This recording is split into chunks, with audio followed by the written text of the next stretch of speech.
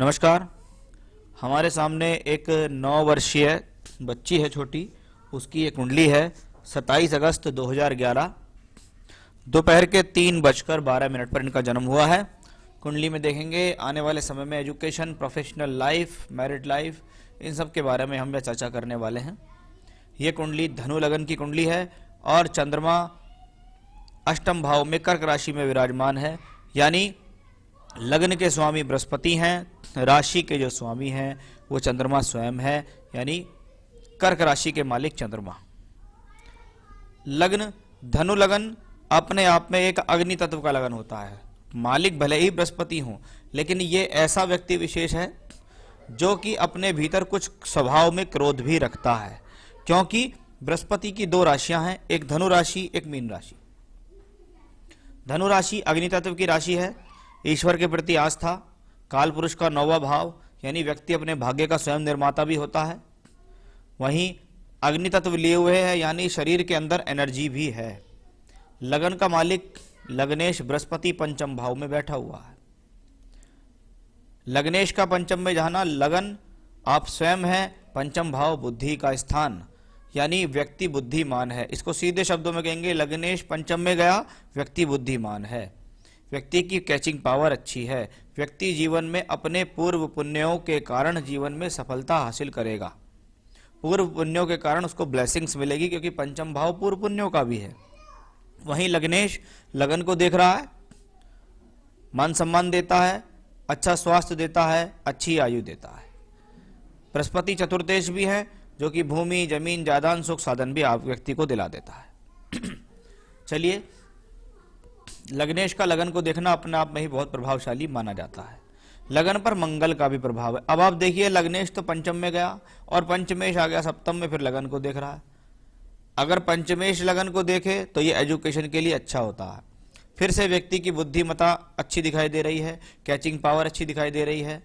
Education का field भी यहाँ मुझे अच्छा दिखाई दे रहा है, क्योंकि मंगल स्वयं एक तकनीकी ग्रह है। वो बुध की राशि में तकनीकी साथ बैठा हुआ है और शनि की उस पर दृष्टि भी है, यानी कहीं ना कहीं व्यक्ति की जो एजुकेशन है, एक टेक्निकल एजुकेशन दिखाई देती है। मैंने ऐसे लोगों को इंजीनियरिंग के क्षेत्र में जाते देखा है, सिविल इंजीनियरिंग के क्षेत्र में जाते देखा है। यानी कुल मिला के जो शिक्षा है वो एक तकनीकी शिक्षा है। अंततः बृहस्पति का प्रभाव पंचम भाव पे है, तो कभी कभी बाद की शिक्षा मैनेजमेंट की तरफ भी जाती दिखाई देती है, लेकिन शिक्षा की स्थितियाँ दिखती हैं। बाकी जीवन में कभी भी अच्छी दशाओं के ऊपर कुंडली निर्भर करती है। अगर आपको दशा अच्छी चल रही है तो आप जीवन में अच्छी तरक्की करेंगे। अगर आपको दशा अच्छी नहीं चल रही है तो आपके अच्छे खासे योग भी कुंडली में धरे के धरे रह जाते हैं। तो मंगल जैसा ग्रह जब लगन को देखता है, सप्तम भाव में है, मांगलिक दोष बनाता है, इसमें कोई संदेह नहीं है। और सप्तम भाव पर शनि का प्रभाव भी है, और सप्तम भाव का मालिक बुध अष्टम में बैठा हुआ है। इसका मतलब है ये हॉरोस्कोप शादी में विलंब की स्थिति दिखाती है। साथ ही साथ मैरिड लाइफ वाइज भी थोड़ा चिंता का विषय है। कुंडली मिलान करके विवाह करना होगा, गुण मिलान करके विवाह ना करें। तो वो चीज़ आपको यहाँ ध्यान देनी होगी। जब मंगल 7th हाउस में होता है तो कहीं ना कहीं व्यक्ति को अपनी वे ऑफ टॉकिंग का भी ध्यान रखना चाहिए कि कब कहाँ किसके सामने क्या बोलना है।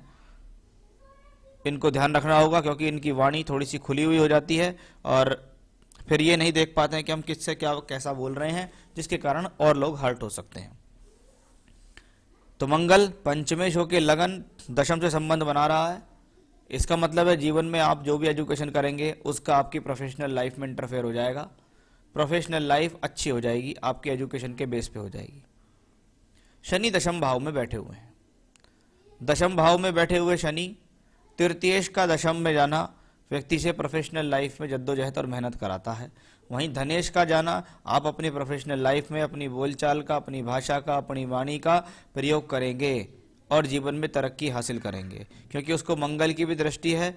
इसका मतलब आप अपने जीवन में अपनी पढ़ाई से, अपनी बोलचाल से, बुद्धि से, वाणी से जीवन में तरक्की हासिल करेंगे।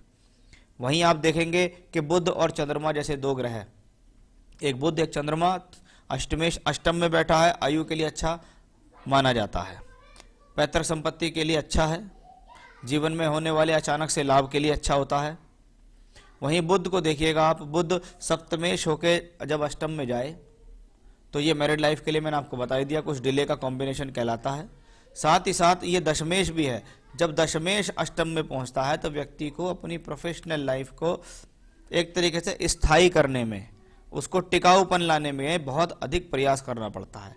जीवन में अप्स एंड डाउन करियर के लिए ये कॉम्बिनेशन जाना जाता है। राहु केतु के बारे में बात करते हैं। राहु केतु जिस भाव से संबंध बनाते हैं उस भाव से संबंधित पीड़ा अवश्य देते हैं, क्योंकि ये ग्रह स्वभाव में कुछ अशुभ है। यहाँ केतु छठे घर में बैठा है, राहु द्वादश में है, यानी राहु केतु की दशांतर दशा जीवन में जब भी आएगी मानसिक कष्ट देगी, शारीरिक कष्ट देगी, बीमारी दे सकती है, बीमारी पर खर्च कराएगी, दूर स्थान पर ले जाएगी, यात्रा कराएगी। वो चीज़ें यहाँ दिखाई दे रही हैं।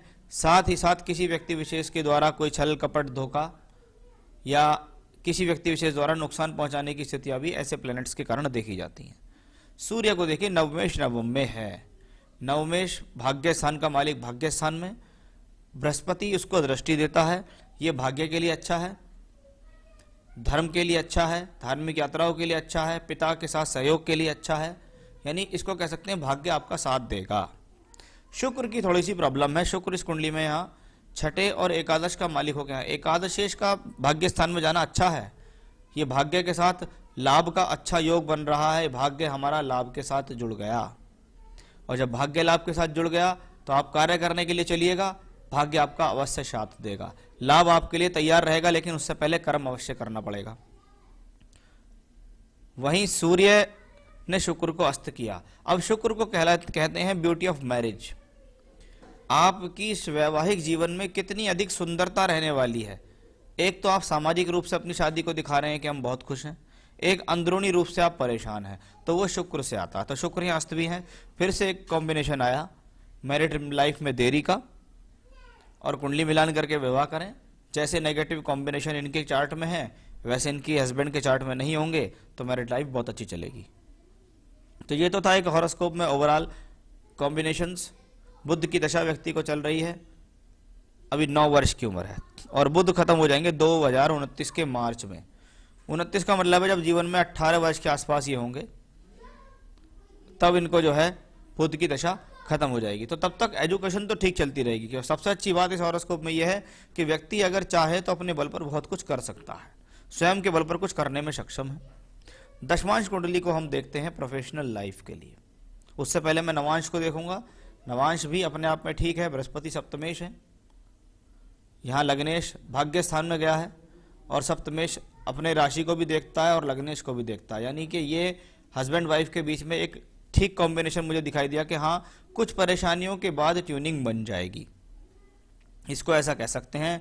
वहीं दशमांश में भी मैं देख रहा हूँ यहाँ मीन लगन का उदय हुआ है, लग्नेश लगन को देख रहा है, यहाँ लग्नेश यहाँ सप्तम में बैठा है। तो कहीं ना कहीं व्यक्ति जीवन में जो भी कार्य करेगा वो एक तरीके से रूलिंग कार्य होंगे। लोगों के ऊपर अधिकार रखना, लोगों के ऊपर अपनी बातों को देना कि ये मेरा ऑर्डर है, इसको आप ऐसे फॉलो कीजिए। क्योंकि ऐसे कॉम्बिनेशन मैंने बहुत हद तक व्यक्ति को बिजनेस की लाइन में भी देखते हैं। लेकिन कभी कभी व्यक्ति जीवन में अच्छे ओहदे प्राप्त करता है जिससे उसके अंडर में लोग बाग काम करते हैं। जैसे दशम भाव में शनि है, कर्म कारक है, सूर्य की स्थिति बहुत अच्छी है। दशमांश में भी सूर्य शनि बुध भाग्य स्थान में यहाँ बैठे हुए हैं। इसका मतलब व्यक्ति जीवन में सरकारी नौकरी प्राप्त कर सकता है। एक अच्छे दर्जे की सरकारी नौकरी प्राप्त करने के भी योग इस कुंडली में दिखाई दे रहे हैं। 18 वर्ष से 25 वर्ष तक केतु की दशा इस व्यक्ति को चलेगी। केतु 6th हाउस में, शुक्र की राशि में है। 6th हाउस प्रतियोगिताओं के लिए जाना जाता है, कंपटीशन के लिए जाना जाता है, शत्रुओं को परास्त करने के लिए जाना जाता है। वहां पर केतु बैठा हुआ है, और केतु का डिस्पोजिटर शुक्र बैठा है भाग्य स्थान में सूर्य के साथ, यानी तरक्की तो दिख रही है लेकिन कुछ कष्टों के साथ। साथ ही साथ मैं आपको यहाँ देखूं दशमांश में आप देखिएगा केतु बुध की राशि में बृहस्पति के साथ है और बुध भाग्य स्थान में है, यानी केतु 18 से 25 वर्ष के बीच में व्यक्ति अगर जीवन में प्रतियोगिताओं की तैयारी करें तो जीवन में सरकारी नौकरी अवश्य ले लेगा, और एक अच्छे दर्जे की सरकारी नौकरी मिलने के भी योग यहाँ दिखाई देते हैं। लेकिन जहाँ तक बात आप हमसे करते हैं कि ISPCS वाली, तो वो मुझे इस हॉरोस्कोप में दिखाई अभी तक दी नहीं है, क्योंकि वो लेवल दशाओं पर निर्धारित है। शुक्र की दशा आपको जीवन में 25वें वर्ष के बाद से लग जाएगी, और शुक्र को मैंने आपको कहा षष्ठेश है, और यहाँ दशमांश में देखिए तो 8th लॉर्ड है, वो 10th में बैठा हुआ है, इसका मतलब आपको प्रोफेशनल लाइफ में अप्स एंड डाउन इस दशा में काफ़ी देखने पड़ेंगे। तो अच्छी बात यह है कि आप अपने 26वें वर्ष तक अच्छी खासी तैयारी कीजिए और एक अच्छे दर्जे की सरकारी नौकरी आप ले सकते हैं, क्योंकि आप एजुकेशन कर सकते हैं, अच्छी एजुकेशन कर सकते हैं और तैयारी करके सरकारी नौकरी भी ले सकते हैं। तो वो चीज़ अब अच्छी दिखाई दी है। तो education wise, career wise life आने वाले समय में काफ़ी अच्छी दिखाई दे रही है। पर्सनैलिटी भी अपने आप में अट्रैक्टिव रहेगी ही रहेगी, क्योंकि लग्नेश का लगन को देखना अपने आप में बहुत अच्छा होता है। मंगल भी देख रहा है, एनर्जेटिक प्लैनेट भी उसको देख रहा है। तो हॉरोस्कोप सभी प्रकार से बहुत अच्छी है। थोड़ी सी चिंता जो मुझे जाहिर हुई है वो थोड़ी मैरिड लाइफ को लेकर हुई है। उसका समाधान सिर्फ होता है एक अच्छे तरीके का कुंडली मिलान। बाकी प्रोफेशनल लाइफ, मैरिड लाइफ ठीक रहेगी, क्योंकि नवांश ने यहाँ पे कुछ अच्छा बल दे दिया है। और जीवन में एजुकेशन अच्छी रहेगी, अच्छे दर्जे को प्राप्त करेंगे, सरकारी नौकरी के भी अच्छे योग यहाँ बनते दिखाई दे रहे हैं। तो ये था आपके हॉरोस्कोप का एनालिसिस। अपने आप में चार्ट ठीक लगा मुझे ये। और अभी तो खैर सितम बुध में मंगल इनको चल रही है, तो ठीक है। आगे बुध में राहु, थोड़ा ध्यान रखना होगा। सितंबर 21 से मार्च 24 बुध में राहु आएगा, थोड़ा हेल्थ इश्यूज आ सकते हैं, तो हेल्थ का थोड़ा सा आने वाले समय में ध्यान रखना है। बाकी कोई बड़ा प्रॉब्लम नहीं दिखाई दे रहा है। व्यक्ति, बच्चा अपने जीवन में तरक्की करेगा। मैं ईश्वर से प्रार्थना करता हूँ। नमस्कार।